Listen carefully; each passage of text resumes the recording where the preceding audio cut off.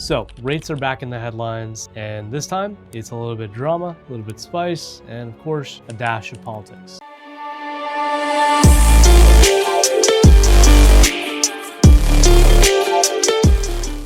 What really happened the last few weeks that put a little bit more eyes on what's to come for interest rates and mortgage rates? Well, President Trump openly criticized and put some extra pressure on Jerome Powell overall.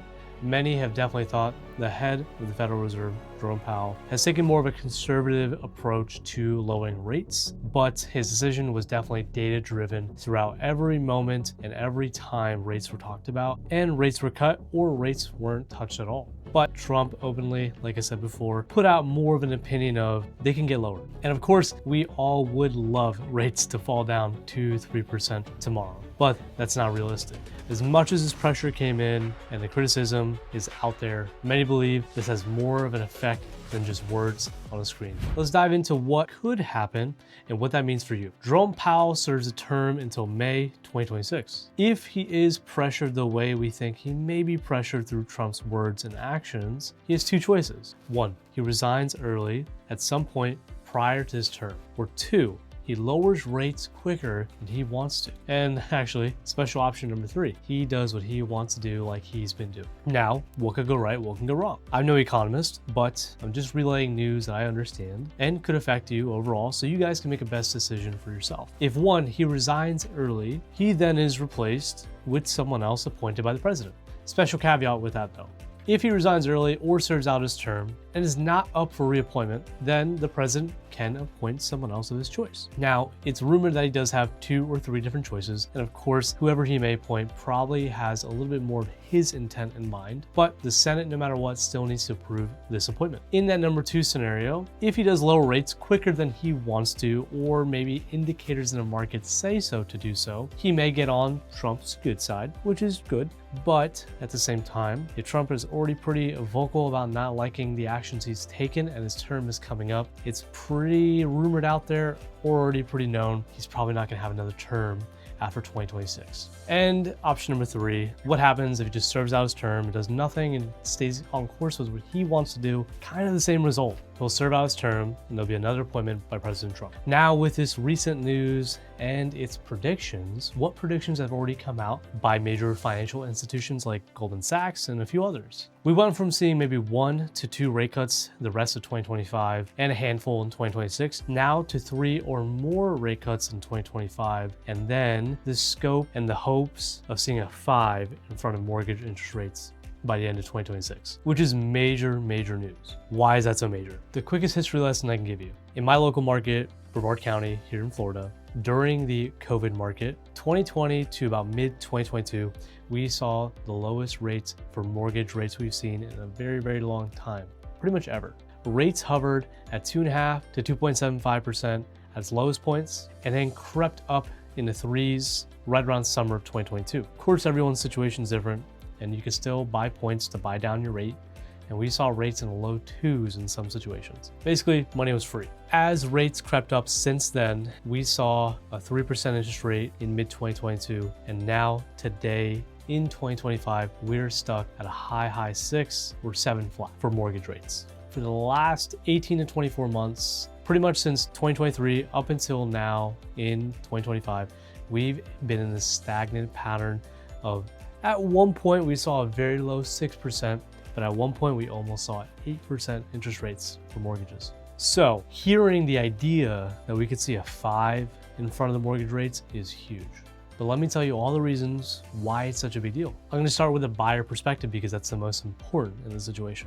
I'm gonna spit some numbers at you because a lot of the times the math is way easier to see and look at versus just trying to do on your own. So let's say you're buying a $400,000 home here in Brevard County. We're gonna use, for this example, a 7% interest rate. We'll put 20% down as our down payment. Your principal and interest payment in this situation is $2,129 a month. But let's add in a somewhat normal $4,000 property tax bill for this home. And let's add in a $2,400 insurance premium a year into this payment. Now, principal, interest, tax, insurance combined, we're looking at $2,662 each month. Now let's take that exact same scenario, but let's drop that rate from 7% down to 5%. Your principal and interest payment is $1,718, and your total mortgage with principal, interest, tax, and insurance is around $2,251. That's around a $400 difference in your monthly mortgage payment. And let's look at a little bit more of a bigger picture so you understand the scope of your buying power. If we're hovering around that price point of $400,000, every 1% difference in interest rate buys you, or doesn't buy you, around $40,000 to $50,000 of a home. So if we're in a 7% interest rate environment for a $400,000 home, and we decrease to a 6% interest rate, we could technically afford a $450,000 home. And as your purchase price increases, this gap of buying power increases too. If we have an $800,000 home, we would increase our buying power $50,000, $60,000, $70,000, even $80,000 to $90,000 more in buying power if rate goes from 7 to 6. So let's dramatically think about a 7% interest rate down to a 5. That 2% decrease is around $100,000 more buying power for a $400,000 home. Yes, interest rate drops, everyone loves it. It sounds cool, sounds great. That is a huge benefit to buyers.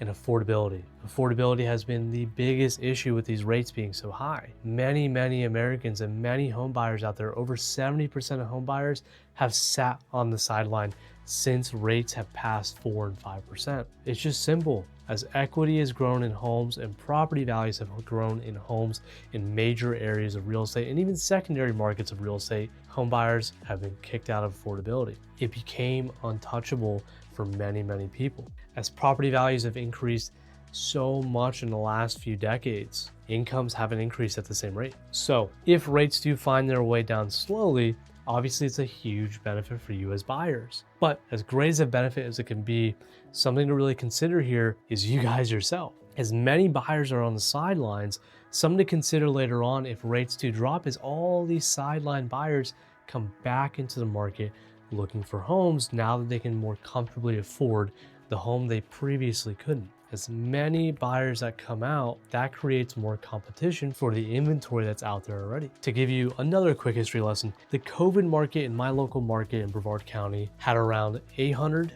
to 1,000 total properties for sale at its lowest point. That was barely a month's worth of inventory to survive in our market. If we had 1,000 listings and nothing listed after those thousands, that 1,000 homes would last 1 month on our market before we have zero. Today in mid-2025 in my local market, we have over 5,500 homes in our market. We went from having around 10, 15, or even 20 buyers per property during that COVID market, now to 1 to 2 buyers per home. So if rates do go down and more buyers come out of the woodworks and sidelines to buy property, we're gonna see a little bit more competition and probably a little bit more buzz behind every listing out there. It won't be the game of patience, it'll become more the game of urgency with the right listings. So as a buyer, beware.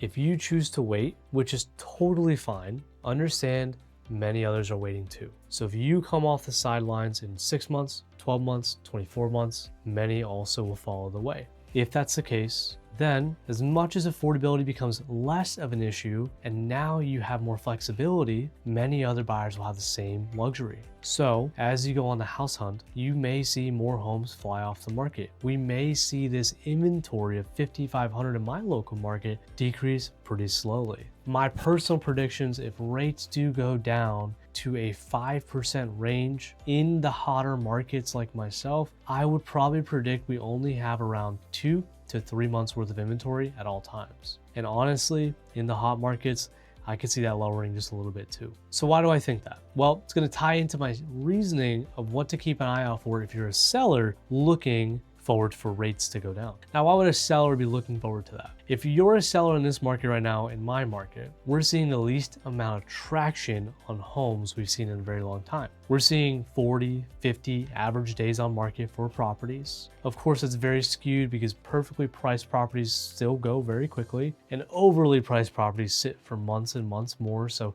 the average becomes 40 to 60 days. And if you're a home that has not sold, have no urgency to sell, and maybe you are the overpriced person, you guys know who you are, then you may be not in any rush to sell right now, but you really want that price tag. Well, the good news is if rates do decrease and more buyers enter the market and more listings come off the market because they're being bought, we now have the beautiful understanding of supply and demand. As our supply of homes go down, the demand goes up. So as our supply goes down, our prices may find their way up. I don't want to sound like every other agent out there, but that's pretty true to a degree. My hunch is going to be the homes that cannot sell in this market right now at the price they're at. As we see these rates decrease, we will see these listings either just sit longer and get snagged up at some point, or come off the market for a little bit and come back to market in little phases as we see major rate decreases, to test the market and test the waters at that state and situation. So for sellers, this is opportunity. You can try those prices that didn't work now in the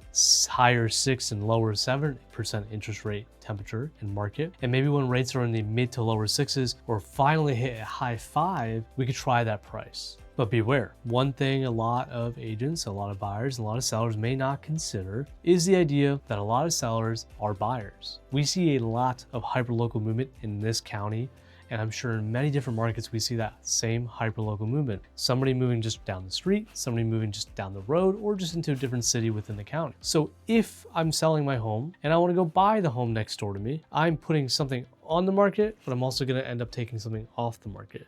So it's a wash. In certain markets where hyperlocal movement is pretty popular, those washes are gonna be big deals. You may think we're gonna see almost an even inventory or more sellers come to market and buyers will buy up that supply. But if those sellers are still buyers in the same market, there's no new inventory being brought to the market. So that is somewhat opportunity for sellers to grab a price they probably couldn't grab months or years ago. But here's the catch. If you're a seller and you are a buyer, you're gonna have to deal with the same issue buyers may deal with if that becomes the situation. If we see a decrease in inventory, that's our decrease of supply. We see an increase of demand, which is our increase of price. So if that's the case and you're selling and cashing out your equity and a good price and you're happy, you're probably buying in the same scenario where you probably gotta deal with a home that might be priced aggressively or a little bit overpriced, but that's the name of the game. And I'm no economist. But if rates overall in general do decrease,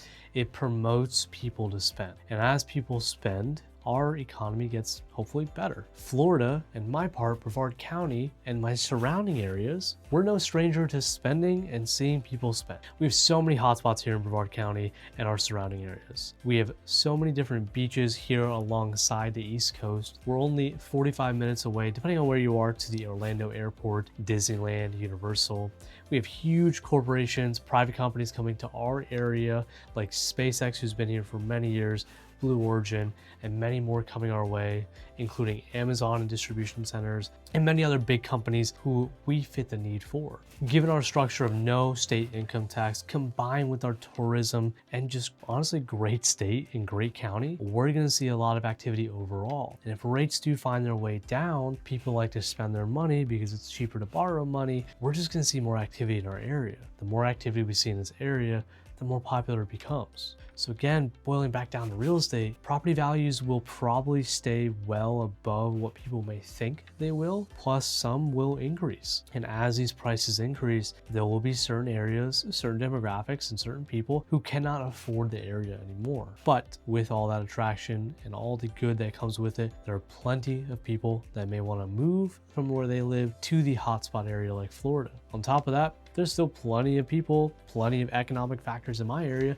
that's promoting the idea of people staying here and being able to afford it. Every company I mentioned before and then some, they're pretty well paying. On top of that, the more money spent in this area is the more money kept in this area. With our economy flourishing, wages go up, development goes up, everything kind of rises. So I'm not talking about this huge property value explosion like COVID had, but I wouldn't doubt a little bit more leveling with certain sellers and certain homes in certain areas with certain prices, but I also wouldn't doubt a little tick up in our values with certain homes, certain properties in certain areas.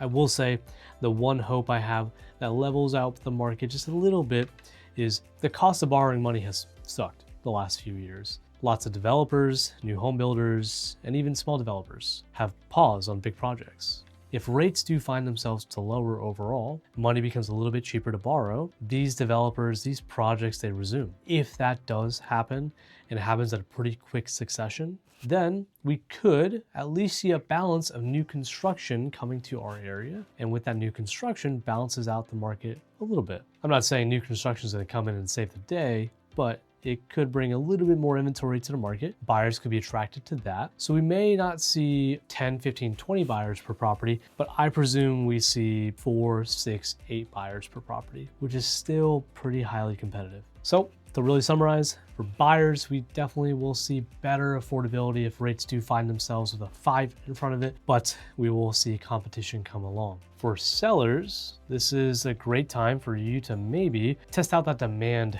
level you've been stuck at. Later on, if rates do find themselves down, you could demand the price you tried before, or secure a price you really never thought you could. Now, like I said, I'm not an economist. I don't know exactly what's going to happen with rates. I don't know what exactly is going to be the effect of rates going down, but trust me when I say I know what rates do in my local market here in Florida and Brevard County. I know what happens when rates go up. I know what happens when rates go down. I know what happens when they go up fast or go up slow, go down slow, or go down fast. I just want to give you all a warning and understanding of what truly could happen so you can make the best decision for you. So if you want to buy or sell here this year or next year in Florida, in the East Coast, in my area, Brevard County, Florida, you know how to contact me. Check the description below or shoot me a call, text, or email. Until then, happy house hunting.